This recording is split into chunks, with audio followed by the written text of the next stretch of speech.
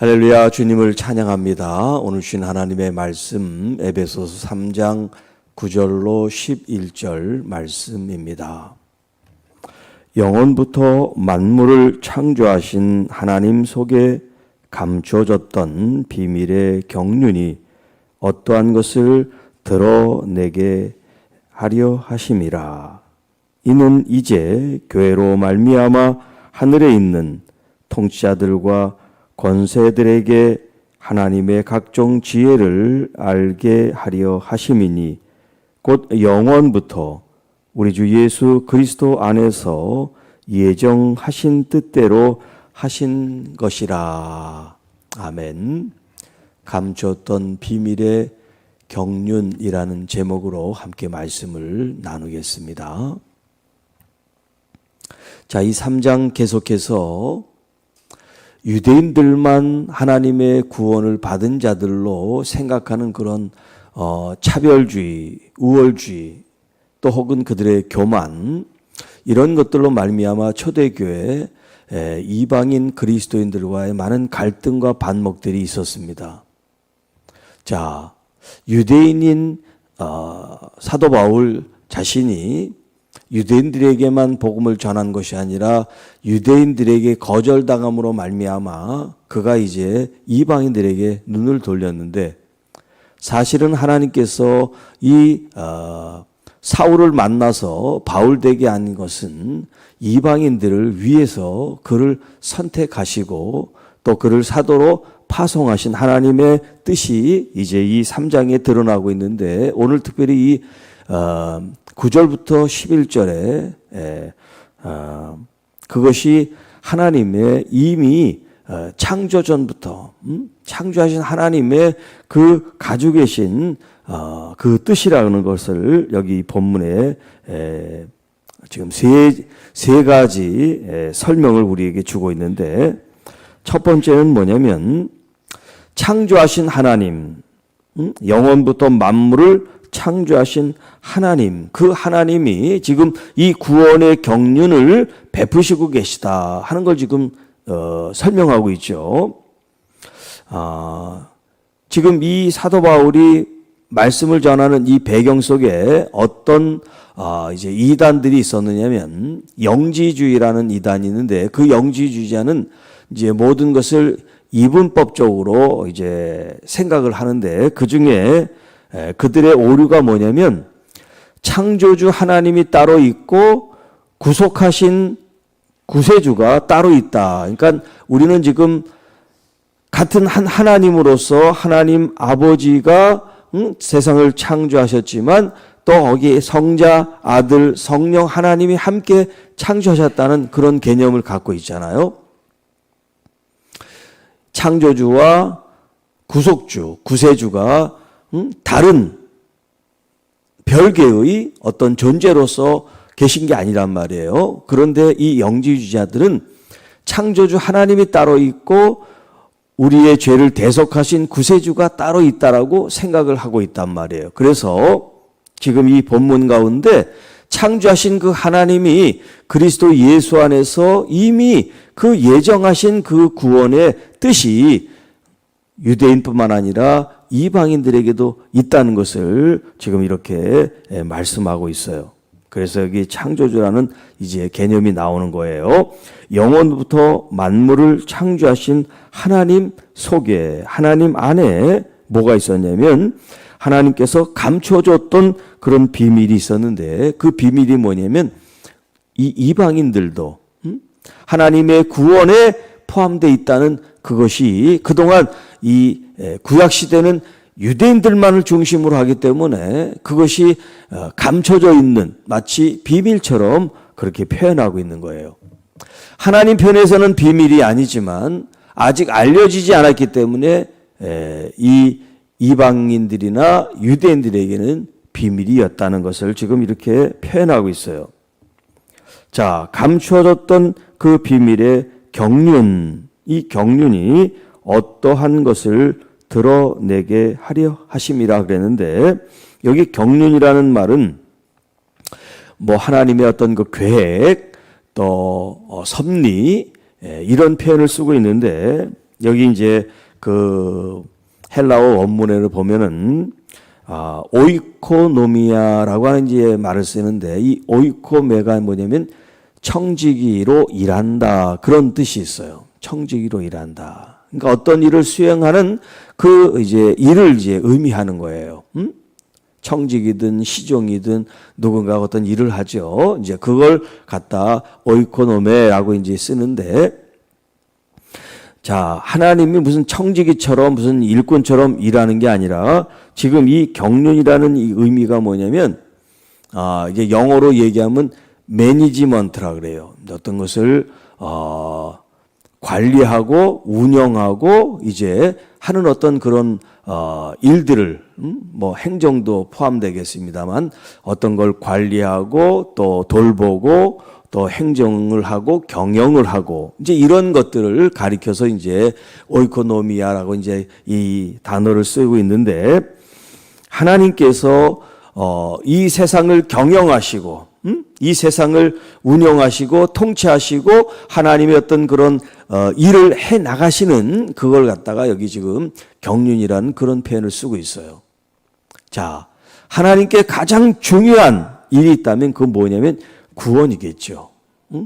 우리에게도 가장 중요한 일이지만 하나님께도 가장 중요한 일이 뭐냐면 구원이란 말이에요. 그래서 예수님을 이 땅에 구세주로, 구원자로 보내신 거잖아요. 자, 그렇기 때문에 하나님께서 간직해 있던, 그동안 드러내시지 않았지만 간직하고 계셨던, 감춰졌던 이 구원에 대한 이 비밀의 이 경륜, 경영, 또 하나님의 이 계획, 이것이 이제 사도 바울을 통해서, 교회를 통해서, 성도들을 통해서 이것이 이제 세상에 드러나게 되었다라고 하는 거예요. 그러니까 더 이상 교회에서 유대인만 구원받았고 이방인은 구원받았지 않았다, 이런 걸로 서로 대립하고 서로 다툴 일이 없다는 거죠. 이미 하나님은 유대인이든 이방인이든 어떤 민족, 어떤 나라, 어떤 사람이든 다 하나님께서는 예수 그리스도 안에서 구원을 베푸실 그런 뜻을 이미 가지고 계셨다. 자, 10절. 이제 교회로 말미암아 하늘에 있는 통치자들과 권세들에게 하나님의 각종 지혜를 알게 하려 하십니다. 자, 9절에 말씀하신 이 하나님 속에 감춰졌던 비밀의 경륜이 어떤 것인지를 이제 드러내는 이 일이 교회로 말미암아, 이렇게 하나님께서 구원의 경륜을 베푸신 이 이제 교회가 알게 됐잖아요. 성도들이 알게 됐잖아요. 이것을 이제 우리가 증거하고 전할 사명, 그런 것을 지금 부르심을 받았다고 말하는 건데, 자, 교회로 말미암아 하늘에 있는, 우리가 이 지상에 있는 사람들에게 이 사실을 공포하고 나누는 게 아니라 여기 10절에 보면 하늘에 있는, 이런 표현을 쓰고 있어요. 하늘에 있는 통치자들과 권세들에게. 자, 하늘에 있는 통치자들과 권세를 이제 이 주석하는 학자들이 천사들이라고 이렇게 해석을 하고 있어요. 천사들. 타락한 천사가 아니라 하나님의 뜻을 받잡고 순종하는 그런 선한 천사들을 가리켜요. 왜 천사들이 이 비밀의 경륜을 들어야 되는가 하는 것이 이제 의문점인데, 베드로전서 1장 12절을 보면 이 섬긴 바가 자기를 위한 것이 아니요 너희를 위한 것임이 계시로 알게 되었으니 이것은 하늘로부터 보내신 성령을 힘입어 복음을 전한 자들로 이제 너희에게 알린 것이다.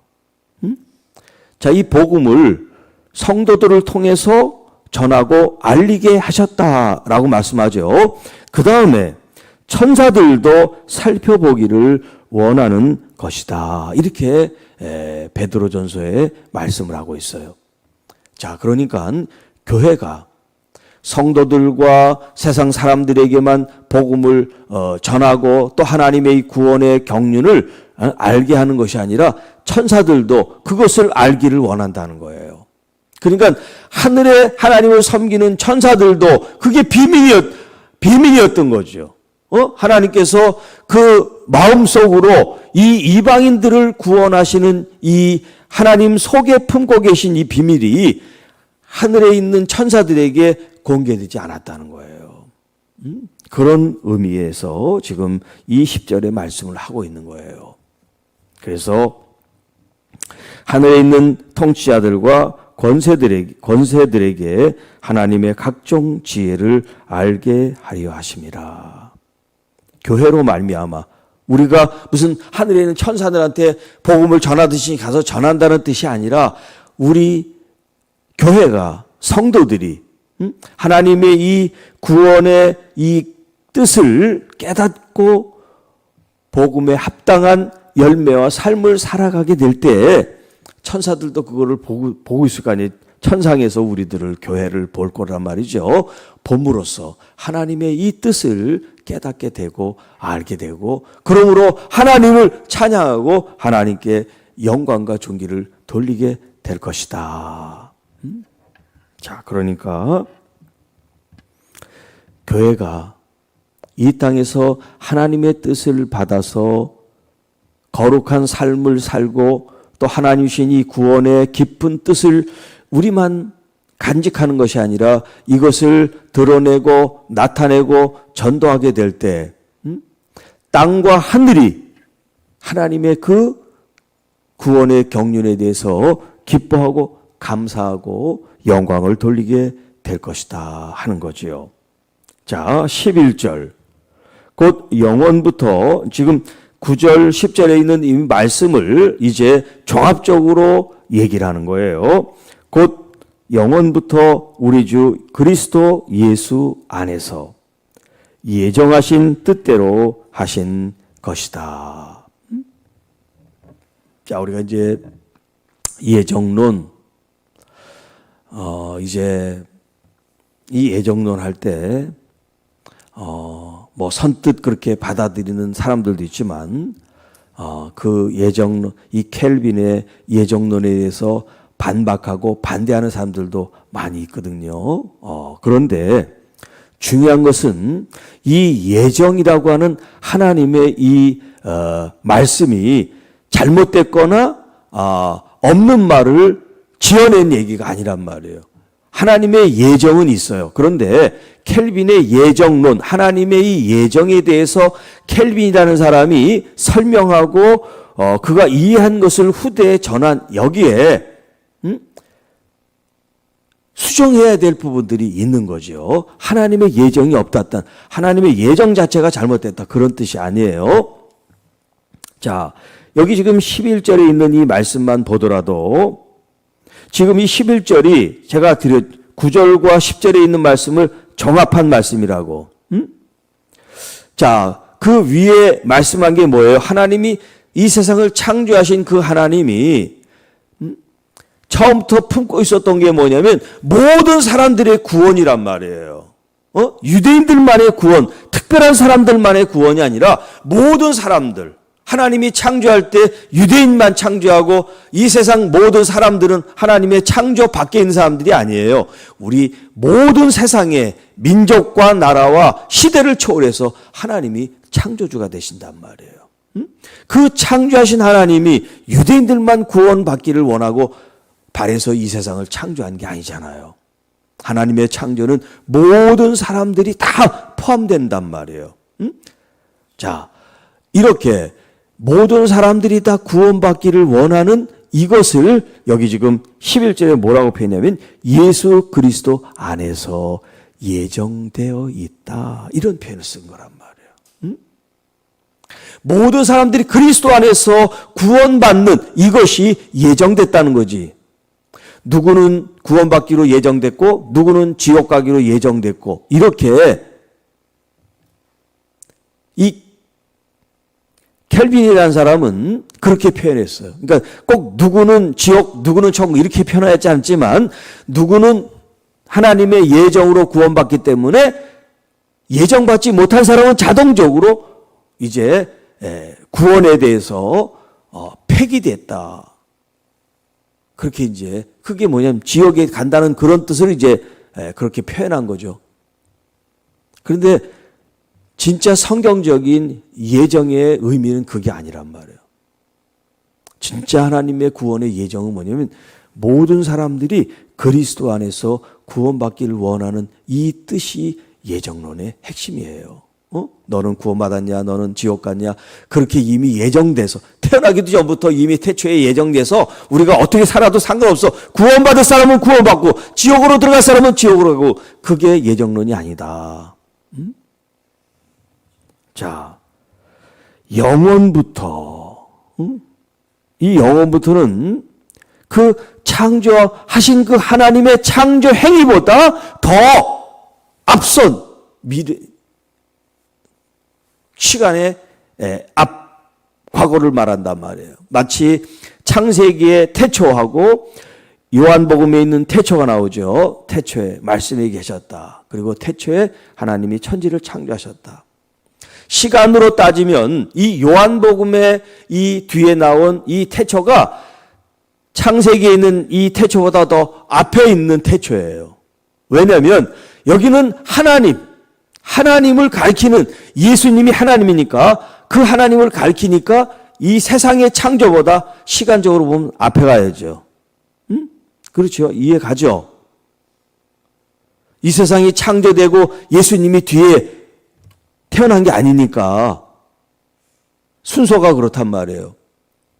예수님은 하나님으로서 창조된 피조물이 아니라 그분은 창조주니까 창세기의 그 창조를 성부, 성자, 성령 하나님이 함께 창조 사역을 했기 때문에 요한복음에 있는 이 1장 태초라는 말이 더 창세기보다 먼저 이제 앞선 얘기죠. 그런 의미에서 11절에 영원부터 우리 주 예수 그리스도 안에서 이미 정해져 있는 뜻이다. 뭐가? 모든 사람들이 다 예수 그리스도 안에서 구원을 받게 된다는 거. 그러니까 우리는 뭘 해야 되겠어요? 예수 그리스도가 구세주입니다. 이 복음을 전하는 사람이 되어지는 거죠. 교회가 할 일이 뭐냐? 예수 그리스도를 증거하고 그리스도의 구원을 선포하고 이 복음이 믿지 않는 사람들로 하여금 하나님의 이 구원의 계획에 당신이 참여되어 있고 당신 예수 그리스도 이 복음을 들음으로써 예수 그리스도 안에 참 구원을 경험하고 또 우리와 같은 영생을 입을 것이라는 것을 우리가 전하는 것, 이것이 이 오늘 본문의 핵심 주제가 되겠습니다. 하나님의 창조가 이 세상에 이미 이루어진 창조, 첫 번째 창조죠. 두 번째 창조는 뭐냐면 우리가 예수 그리스도 안에 새로운 피조물이 됐다는 거예요. 이걸 우리는 이제 거듭남 혹은 중생, 영어로 born again 이렇게 얘기해요. 여러분이 그러니까 새롭게 창조된 사람이에요. 구원이라는 그 예수 그리스도의 십자가를 통하여 여러분의 영혼이, 여러분의 속사람이 그리스도 안에서 새롭게 지어졌어요. 그래서 보라, 이전 것은 지나갔으니 새로운 피조물로. 과거를 돌아보지 말고 내가 옛날에 어땠는데, 아니면 옛날에 어떤 죄를 졌는데 이미 그건 여러분이 진짜 회개했다면 다 지나가고 없어지고 보이지도 않는 거야. 이제 자꾸 그거 꺼내지도 말고 이제 지금 현재 예수 그리스도의 구원의 경륜 속에, 그 기쁨과 감사 속에 여러분이 구원받은 사람으로서의 그런 삶이 여러분 속에서 샘솟아 나오기를 축복합니다. 이 세상에 긋던 환난도 어려움도 슬픔도 여러분의 이 구원의 이 감격과 기쁨, 이 은혜를 이길 수 없어요. 그러니까 이 구원의 이 기쁜 마음을 여러분이 잘 간직해서 어떤 질병, 어려움이 왔어도 구원하신 주님을 찬양하고 경배할 때 우리 주님이 십자가에서 이미 우리의 연약함을 다 짊어지셨단 말이에요. 여러분은 믿음으로 선포하세요. 어떤 어려움이 있고 질병이 있고 슬픔이 찾아오더라도 여러분 감사함으로 기쁨으로 그것을 명령함으로 쳐내시기 바랍니다. 예수 안에서 여러분이 구한 모든 기도가 응답될 줄 믿습니다. 우리는 이 땅에 살지만 땅의 차원이 아니라 하늘의 차원을 가지고 살아가는 영적 승리자들이 되시기를 주님의 이름으로 축복합니다. 하나님 아버지 감사합니다. 하나님께서 예수 그리스도 안에서 이런 구원의 거룩하신 뜻을 예정하시고 또 우리에게 오셔서 십자가를 짊어지심으로써 구원자가 되시고 생명을 나누어 주신 우리 주님을 감사하며 내 안에 그리스도의 생명, 그 이름과 그 능력과 보혈의 역사가 우리 안에 있음을 믿으며 이 세상의 어떤 환난과 근심과 걱정과 질병으로도 이 귀한 이 구원의 이 사실과 또 은혜와 이 기쁨을 뺏어갈 수 없는, 무엇과도 바꿀 수 없는 이 감사와 감격으로 우리 주 예수 그리스도와 함께 그리스도를 증거하고 그리스도를 나타내는 천국 시민들, 우리 하나님의 참된 자녀들이 되게 하옵소서.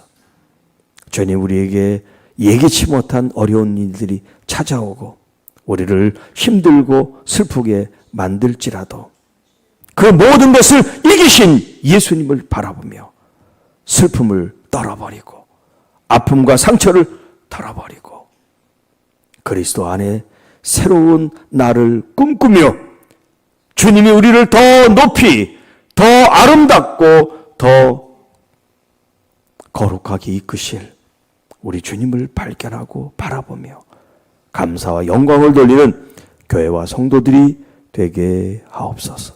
우리 구주 예수님의 이름으로 감사하며 축복하며 기도하옵나이다. 아멘.